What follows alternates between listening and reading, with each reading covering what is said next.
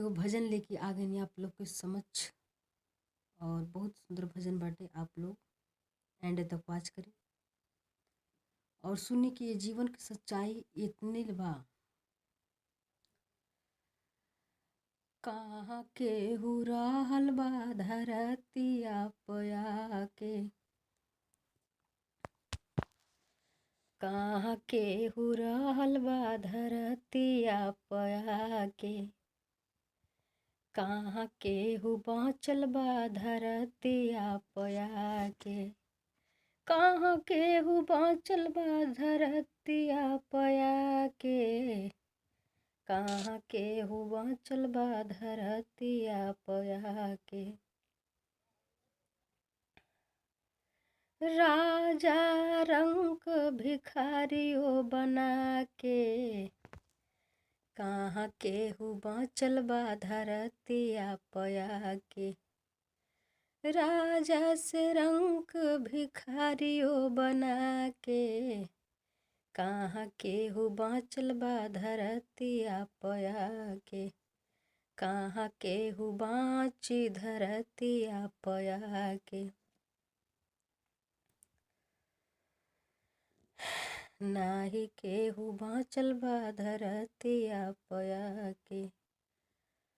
कौड़ी से रुपैया रुपैया के बना के, कौड़ी से रुपैया रुपैया के बना के, कहाँ केहू बाँचल बा धरतिया पया के, कहाँ केहू बाँचल बा धरतिया पया के।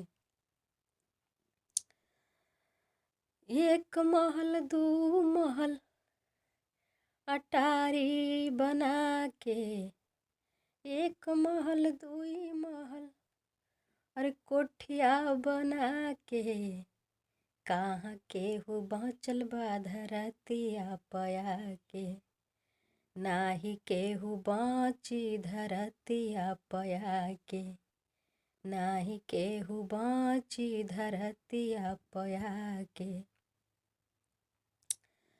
अरे भजन कर राम जी के, भजन कर राम जी के, मनवा लगा के, कहाँ केहू बाँचल बा धरतिया पया के, कहाँ केहू बाँचल बा धरतिया पया के।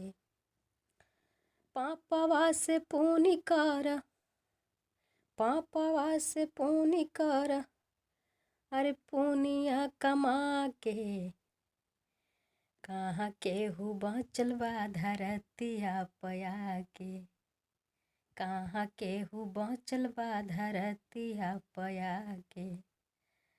धरतिया पया के हो धरतिया पया के, कहाँ केहू बाँचल बा धरतिया पया के, कहाँ केहू बाँची धरतिया पया के, कहाँ केहू बाँची धरतिया पया के।